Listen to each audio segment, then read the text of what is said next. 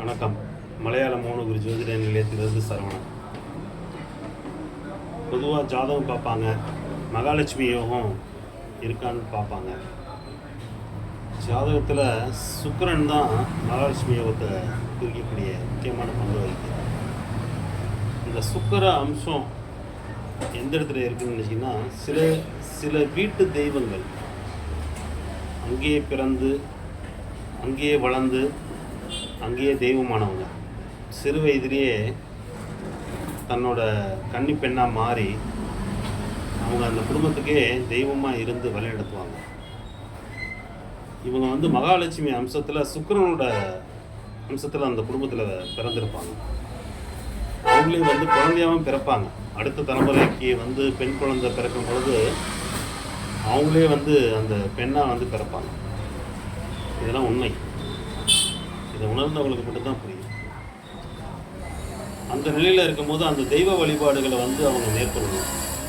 உதாரணத்துக்கு இப்போ பார்த்தீங்கன்னா, ஒரு பழைய முன்னோர்கள் வாழ்ந்த இடத்துல ஒரு பழைய வீடு இருக்கும். அந்த இடத்துல அந்த தெய்வ வழிபாடு பண்ணியிருப்பாங்க. அந்த தெய்வ வழிபாடு பண்ணும் பொழுது காலப்போக்கில் எல்லாரும் அந்த இடத்த விட்டு வெளியே வர மாதிரி ஒரு ஏதோ சூழலோ இல்லை அவங்க முன்னேற்றத்திற்காக வெளிநாடு போகிற வாய்ப்பு கிடைக்கும் பொழுது அந்த வீடை அப்படியே விட்டு வந்துடுறாங்க. அந்த வழிபாடுகள் நிறைய வழிபாடுகள் அதனால தான் பண்ண முடியாமல் போயிடுச்சு. நிறைய இப்போ வர தலைமுறைகளுக்கு வீட்டு தெய்வ வழிபாடுகளில் எப்படி பண்ணுறதுனே தெரியல.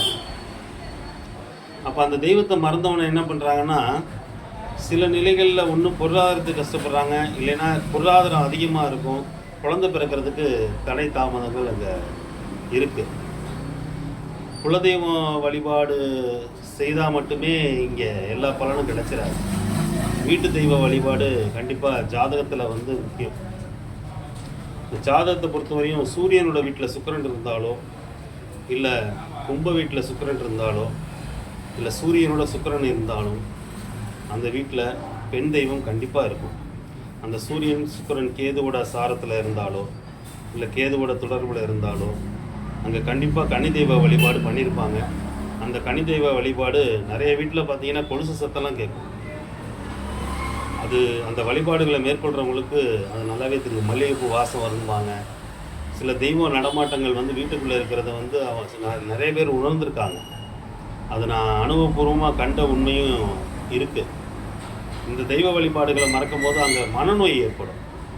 அந்த அந்த கன்னி தெய்வம் தான் அந்த குடும்பத்தில் உள்ள மனநோய், மன சந்தோஷம், மகிழ்ச்சி, அந்த மகிழ்ச்சியை கொடுக்கக்கூடியது அந்த பெண் தெய்வம் தான். அதனால் அந்த பெண் தெய்வ வழிபாடை ஆடி மாதம் பண்ணுவாங்க.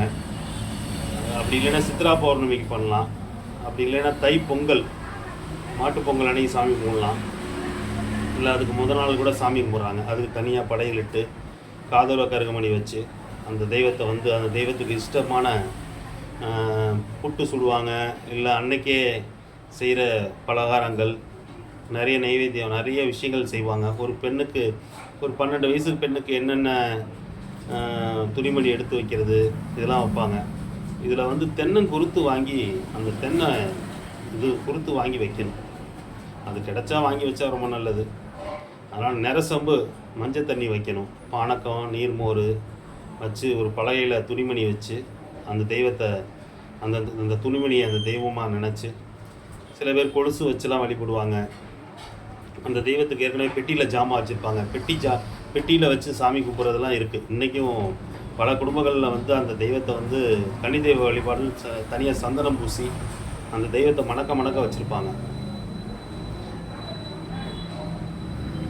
அதனால் அந்த வழிபாடுகளை எல்லாரும் அவசியம் மேற்கொள்ளணும். சில பேர்களுக்கு குழந்தை பாக்கியம் இல்லைன்னா அந்த பெண் தெய்வ வழிபாடை கொஞ்சம் கவனித்து பண்ணணும். அதை விட்டுருப்பாங்க. அதை 2 தலைமுறையாக வழிபடாமல் இருப்பாங்க. சில பேர்களுக்கு வழிபட்ட அடுத்த நிமிஷமே கரு தரிச்சிடும். அதனால் அடுத்து வர தலைமுறைகள், அடுத்து வர மருமக மக்கள் அதை எடுத்து அந்த வழிபாடுகளை மேற்கொள்ளணும். அது வருஷத்துக்கு ஒரு தடவை எல்லாருமே உடன் பிறந்தவங்க எல்லாரும் ஒன்று கூடி அந்த தெய்வத்தை வணங்கும் பொழுது மிகப்பெரிய அளப்பரிய சக்தி கிடைக்கும். இது குலதெய்வத்தையும் மீறிய சக்தி. குலதெய்வம், இந்த தெய்வம் வீட்டுக்குள்ளே இருந்தால் குலதெய்வம் எடுத்து செய்கிறதுக்கு இவங்கள மாதிரி எடுத்து செய்ய முடியாது. ஏன்னா இந்த குடும்பமே கண்ணா இருப்பாங்க. அதனால் ரொம்ப அன்புள்ள தெய்வமாக இருக்கும். அதனால் அந்த தெய்வத்தை நல்ல சந்தோஷமாக வணங்குங்க. எல்லோரும் சந்தோஷமாக இருக்கும். நன்றி.